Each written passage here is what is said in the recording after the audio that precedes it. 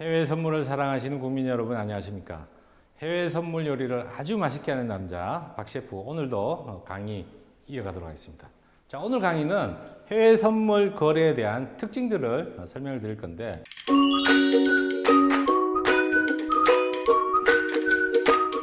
자, 일단 그 해외 선물 시장에 참여하는 사람들은 어떤 사람들이 참여를 하느냐? 물론 이제 국내 선물도 해지 거래자들이 있죠. 근데 단순히 주로 이제 국내 선물은 지수 선물 위주로 거래가 많이 되고 있고 거기에 이제 통화 선물 있고 돈육 선물, 요즘 금 선물 이렇게 있습니다. 근데 이 해외 선물은 실질적으로 상당히 다양한 상품들이 있기 때문에 원자재를 수입하는 업체라든가 또 수출하는 업체 이런 쪽에서 해당 상품들을 리스크 회피 목적으로 거래를 하는 경우가 많이 있죠. 자, 해지라는 말을 잘 모르시는 분들도 계실 수가 있는데, 자, 해지라는 얘기는 뭐냐?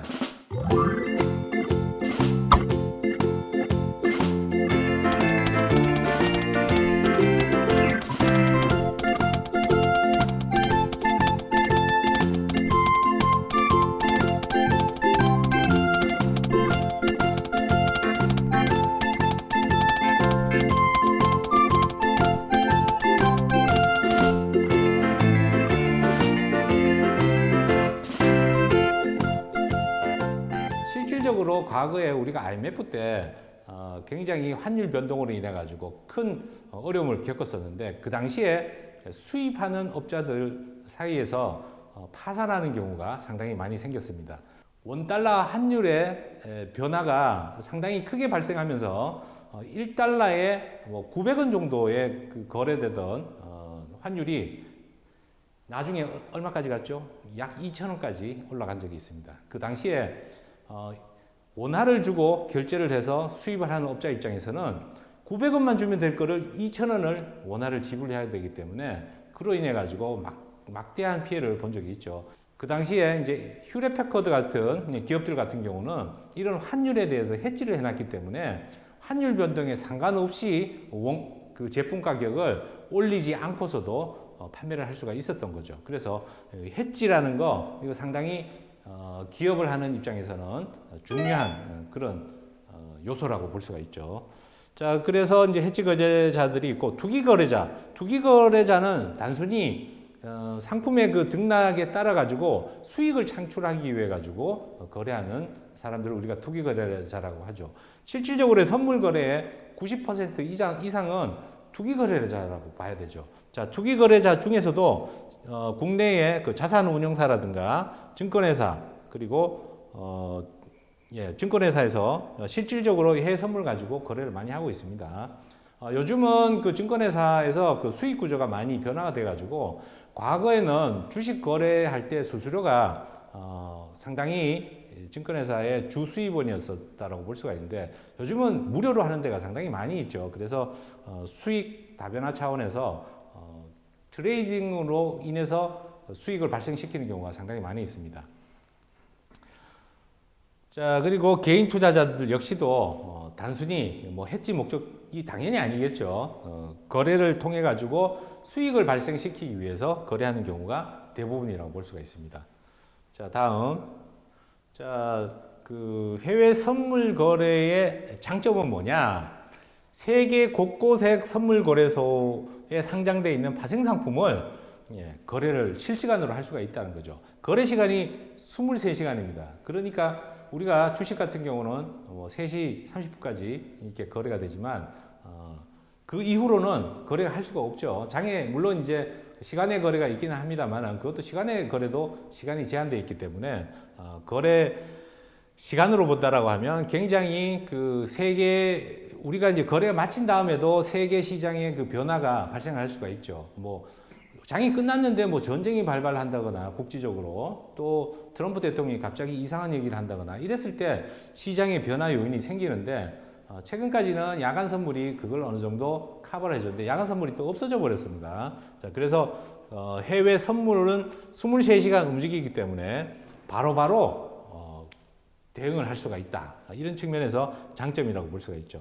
자, 전 세계 거래자들이 참여하기 때문에 시장의 조작이 불가능하다. 우리 그 작전이라고 이제 주식 시장에서 시세를 조작하는 경우가 발생하죠. 굉장히 엄중한 처벌을 받습니다. 자, 물론 이제 이 해외 선물 시장에서도 어떤 시세 조작의 그 징후가 완전히 없는 건 아닙니다. 있는 경우가 있어요. 그 CME에서도 그 시세를 조작하는 그런 행위가 발견이 되면 증권회사에다가 조사를 요구를 하고 이 거래 좀 이상하다 요구를 하는 경우가 발생을 하죠. 자, 그런데도 불구하고 워낙에 많은 그 거래자들이 참여를 하고 있기 때문에 뭐 코스닥에 있는 작은 종목 하나 올렸다 내렸다 하는 이런 작전 같은 게 불가능하다라는 거죠. 뭐 거래량이 아무리 적다고 하더라도 갑자기 가격이 오른다고 하면 바로 매도세가 들어올 수가 있기 때문에 뭐 작은 돈 가지고는 사실 뭐 한 종목도 자기 마음대로 컨트롤하기는 어렵다 이렇게 볼 수가 있습니다. 자, 풍부한 유동성. 당연히 전 세계 사람들이 동시에 거래를 하다 보니까 유동성이 굉장히 풍부합니다. 이 금융 거래에 있어가지고 유동성이라는 건 상당히 중요한데 우리가 부동산 같은 경우는 유동성이 좀 떨어지죠. 안전자산으로 굉장히 오랜 시간을 두면 물가 상승률 정도의 수익은 볼 수는 있지만 내가 팔고 싶을 때 내일 돈이 필요한데 오늘 집을 팔겠다라고 하면 당장 팔리는 게 아니죠. 최소한 한 달, 두 달, 몇 달을 기다려야 되는 경우도 있고 혹은 몇 년을 기다려도 안 팔리는 그런 부동산도 생길 수가 있죠. 그런데 선물은 워낙에 풍부한 유동성 때문에 지금 바로 팔아서 현금화 시키겠다라고 하면 팔아서 인출할 수가 있죠. 물론 정산돼서 다음날 돈이 수익금에 대해서는 다음날 돈이 들어옵니다. 손실 봤을 때는 전액을 바로 다 찾을 수가 있죠. 자, 수익금만 당일 정산되고 그 다음날 들어오기 때문에 원금은 그대로 다 찾을 수가 있는 겁니다. 자, 국내 시장에 대한 대체 및 보완적 투자 수단으로서 유용성이 높다. 과거에 국내 선물이 세계 1등 할 때는 뭐 대체제가 사실 뭐 그렇게 필요하지 않았다라고 볼 수가 있죠. 최근에는 뭐 국내 선물 옵션 이쪽에 개인 투자자들의 참여가 좀 상당히 많이 떨어지고 있기 때문에 대체 수단으로 오히려 해외 선물이 더 각광받고 있다라는 얘기입니다. 자, 단점은 환율 리스크에 노출돼 있다. 이 얘기 뭐냐?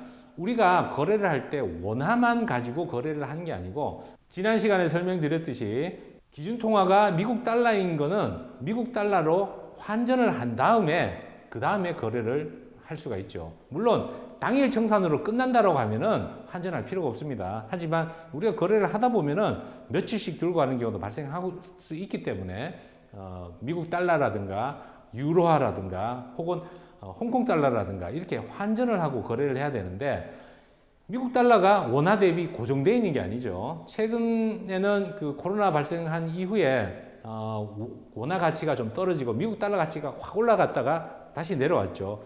그런 변동성이 생긴다는 겁니다. 내가 달러를 갖고 있음으로 해서 갖고 있는 이 달러의 변동에 대한 환율 리스크가 있다. 이런 부분인데 원달러 환율이 너무 크게 움직이면은 거기에 대한 그 리스크가 있다라고 할 수 있지만 대체로 환율은 아주 크게 움직이지는 않죠. 어느 정도 안정되어 있기 때문에 환율에 대한 그 리스크가 걱정이 된다라고 하면 또 해치할 수 있는 방법이 있죠. 국내에 원달러 선물을 가지고 충분히 해치를 할 수가 있습니다. 자, 국내 시장에 비해서 상대적으로 정보의 접근이 느릴 가능성이 있다. 이거는 거래를 하다 보면 굉장히 많이 느낄 수 있는 부분인데 해외 시장이다 보니까 이 정보의 접근이 좀 어렵습니다. 미국 시장이 거래되고 있을 때 지금 그 미국에서 나오는 긴급한 뉴스라든가 이걸 우리가 뭐 그 블룸버그 TV라든가 이거를 켜놓고 즉각 알아들으면 좋지만 또 영어를 잘 알아듣지를 못하니까 한국어로 번역돼서 들어오는 뉴스를 봐야 되는데 이런 정보들이 조금 부족하다고 볼 수가 있죠. 자, 과거에는 그 로이타에서 이 한글 번역을 해서 서비스를 했었는데 요즘은 기계로 자동 번역을 해서 이렇게 서비스를 하다 보니까 뭐 중요하지 않은 정보들도 굉장히 많이 섞여 있고 하다 보니까 중요한 정보를 걸러서 보기가 굉장히 좀 어렵습니다. 정보의 접근성이 떨어진다라는 부분은 그 해외 선물을 거래하는 데 있어 가지고 상당히 큰 단점이라고 할 수가 있죠. 그리고 일일 정산 제도 그리고 가한전 제도. 요거는 해외 선물이기 때문에 설명을 드려야 되는 겁니다.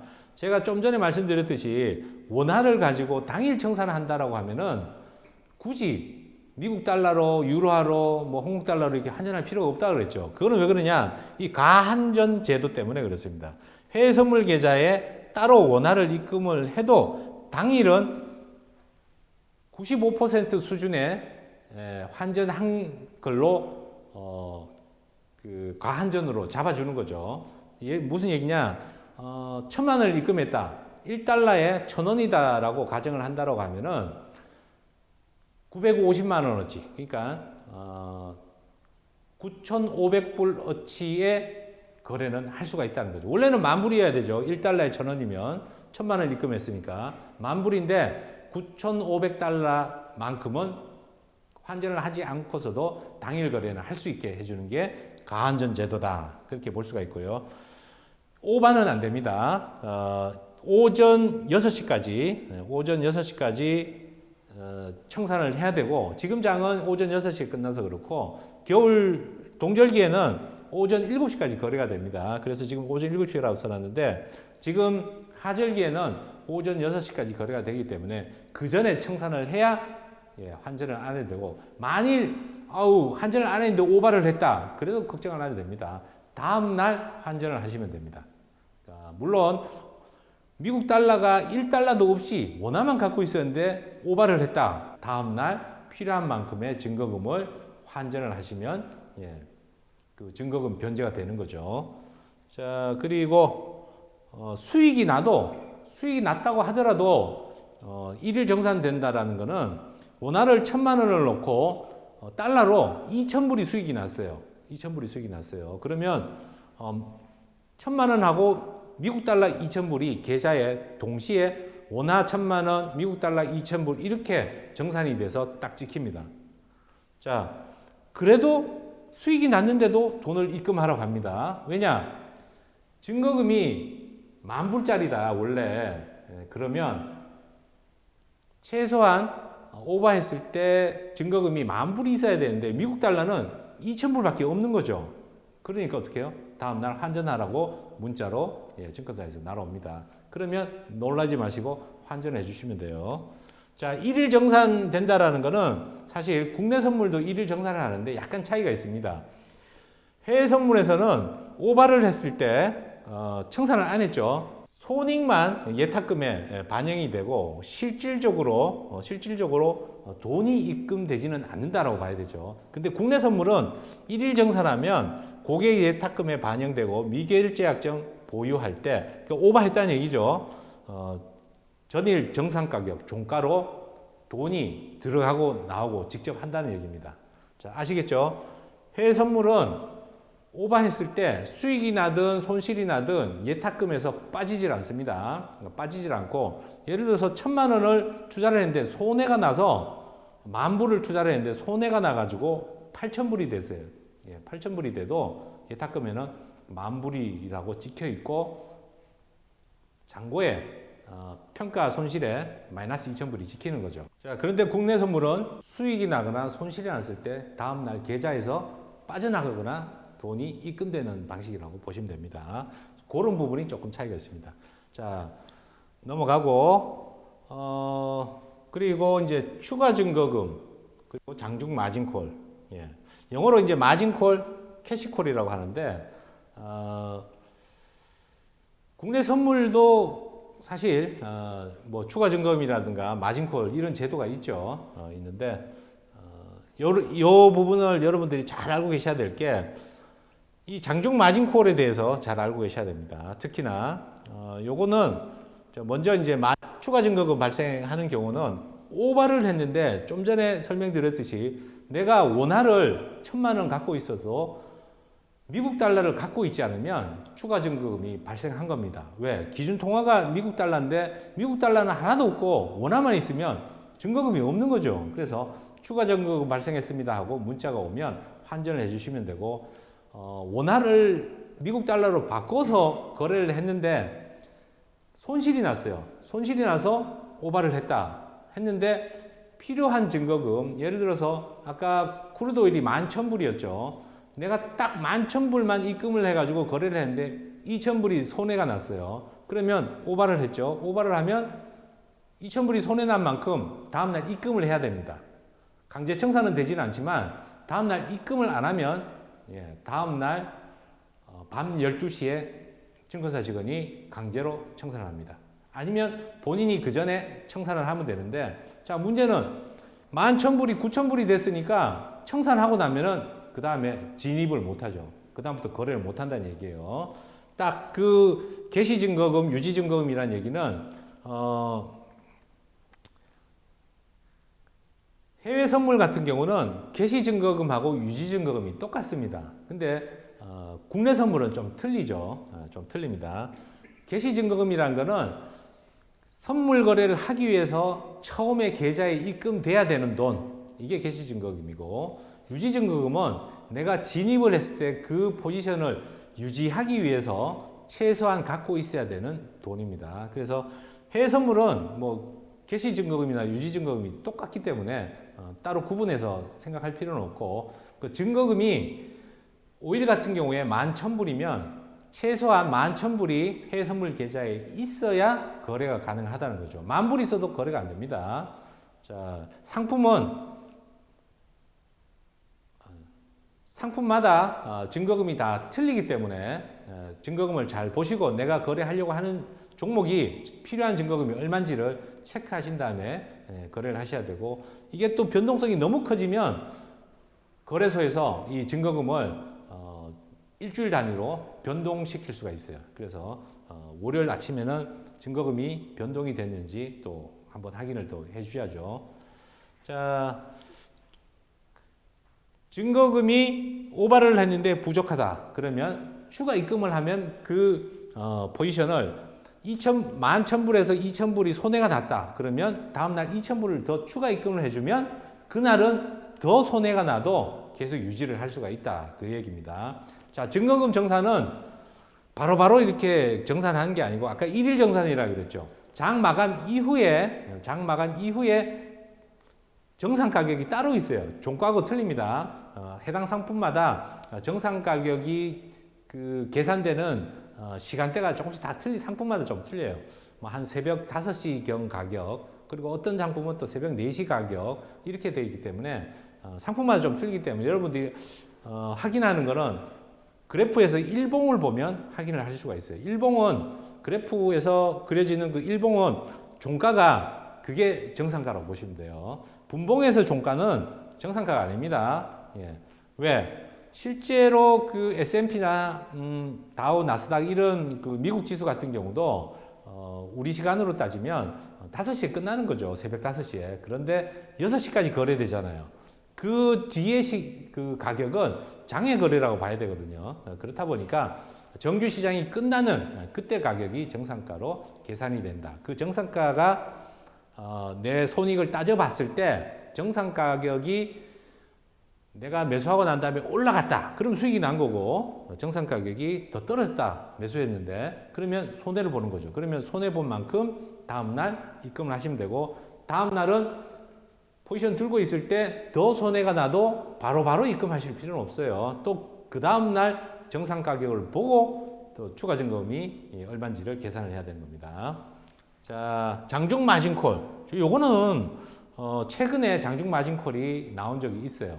한 달 전인가 그 오일이 약 30달러 선에서 금요일 종가가 끝났는데 다음날 40달러 정도에서 끝났나 그렇게 기억이 됩니다. 다음 월요일 날 아침에 30달러에서 출발을 했어요. 그러면 천틱이면 10,000불 정도 됩니다. 10,000불. 그 당시에 오일 증거금이 한 2,000~3,000불, 2,500불 이 정도밖에 안 했어요. 그러다 보니까 어떻게 돼요? 한 계약을 2,500불짜리를 하나를 샀는데 손실이 10,000불이 넘게가 난 거죠. 그럼 어떻게 됩니까? 자, 내 원금은 2,500불인데 손실이 7,500불이 더 났어요. 다 날아가고. 자, 그러면 어떻게 될까요, 여러분? 마이너스 7,500불을 더 추가로 입금을 해야 됩니다. 자, 입금을 안 하면 어떻게 되느냐? 증권회사에서 입금하시라고 전화를 하고, 입금을 안 하면 법적으로 구상권을 청구를 할 수가 있죠. 그래서 금요일 날 오반은 굉장히 위험합니다. 자, 실제로 5일이 그렇게 급락할 때 굉장히 많은 분들이 몇 천만 원씩 손해보는 경우가 상당히 많이 있었습니다. 자, 이번에 코로나19로 인한 특이한 상황이라고 볼 수가 있겠죠. 자, 그리고 그런 그 금요일장이 아니라고 하더라도 장중에 내가 만 불을 투자를 했는데 이게 손실이 나가지고 80%까지 손실이 났어요. 그러면 20%밖에 안 났죠. 그러면 장중 마진콜이 발생합니다. 자, 20%에서 강제로 증권사에서 청산을 한다는 거죠. 자, 더 이상 손해보지 말라고 그런 거예요. 만 불짜리가 2,000불밖에 안 남았어요. 그럼 어떻게 해요? 자, 증권사에서 직원들이 알아서 잘라주는데, 자, 이게 자동으로 되는 게 아니에요. 자동으로 되는 게 아니고 수동으로 합니다. 그러다 보니까 직원이 못 보면 못 자를 수도 있어요. 직원이 못 봤으니까 직원 책임이 아니냐. 만일 자산 가치 10%에서 잘랐다. 그러면 10%는 직원이 책임져야 되는 거 아니냐라고 생각할 수도 있지만 절대로 그렇지 않습니다. 자, 이 그 자산에 대한 책임은 투자자에 있는 거지 증권사 직원한테 책임이 있느냐 아니기 때문에 20%가 더 넘어가기 전에 본인이 청산을 하든가 아니면 계속 냅둬서 증권사 직원이 10%에 잘랐다. 그렇다고 하더라도 그 손실에 대한 책임은 투자자가 가지는 거다. 이렇게 일을 하시고 너무 오래 포지션을 들고 가가지고 크게 손실이 보는 경우가 없도록 손실 관리를 잘해야 되겠죠. 특히나 주식에서도 우리가 손절을 잘해야 성공할 수 있다라고 하지만 선물은 특히 더 그렇다고 봐야 되겠죠. 자, 최초 인도 통지일, 최종 거래. 굉장히 어려운 말인데 저도 잘 이해가 안 되는 용어라고 볼 수도 있죠. 자, 최초 인도 통지일 좀 어려운 말입니다만은 증권사에서 거래소에다가 실물 인수도를 할지 말지를 그 인도일을 통지를 해줍니다. 그런데 우리한테는 별로 해당 사항이 없는 게 국내 증권사에서 실물 인수도를 하지를 않기 때문에 이거는 개념이 사실 필요가 없는 거죠. 자, 실물 인수도라는 얘기는 뭐냐?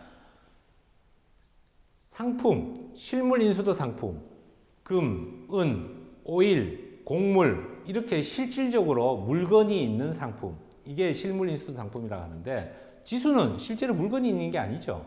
자, 현금으로 정산하는 그런 상품이라고 볼 수가 있죠. 국내에서는 전 증권사가 실물 인수도를 하질 않습니다. 그래서 만기 전날까지 다 청산을 해야 돼요. 만일 난 청산하기 싫어. 자, 그러면 증권사 직원이 만기 날 통보를 하고 청산해 버립니다. 자, 그래서 만기 날 거래를 할 수도 있지만 만기 끝까지 들고 갈 수는 없다. 그리고 최종 거래일에는 거래량이 확 줄어들어요. 호가 갭이 크게 늘어난다는 거죠. 매수가가 이 위에 있고 매도가가 저 밑에 있으면 거래를 할 수가 없죠. 그래서 만기 날까지 포지션을 들고 간다고 하면 만기 날 청산해야지라고 하면 손실이 더 커질 수가 있어요. 왜? 유동성이 부족해져서 1,000원에 한 계약이 있고 100원에 한 계약이 있고 이렇게 갭이 굉장히 크게 벌어질 수가 있다는 거죠. 그러면 매도를 했으면 매수를 해서 청산을 해야 되고 매수를 했으면 매도를 해서 청산을 해야 되는데 굉장히 싼 가격에 팔아야 되거나 굉장히 비싼 가격에 살 수밖에 없는 상황이 발생되기 때문에 최종 거래일 하루 전날까지는 전 포지션을 다 청산을 해 주셔야 됩니다. 자, 만기 전날 증권사에서 문자로 청산해야 된다고 안내 문자가 나가지만 간혹 그래도 청산을 안 하시는 분들이 계세요. 그러면 만기 날까지 만기 한 4-5시간 정도까지는 기다려 줍니다. 그랬다가 더 이상 안 되겠다 싶을 때는 증권사 직원이 손해가 얼마나 나든 강제로 청산을 해버린다는 거. 이걸 유념해 두시고 꼭 만기 전날은 청산을 해야 됩니다. 당일까지 가시면 여러분들 계좌는 손실이 쌓일 수밖에 없다. 이렇게 이해하시면 될 것 같아요. 자, 지금까지 해외 선물 거래만 갖고 있는 특징들에 대해서 설명을 드렸고 주식하고 국내 선물하고는 약간의 차이가 있죠. 자, 그렇게 어려운 개념은 아니기 때문에 여러분들 필히 숙지하셔가지고 캐시콜 나는 경우 없도록 유념해 주시기 바랍니다. 감사합니다.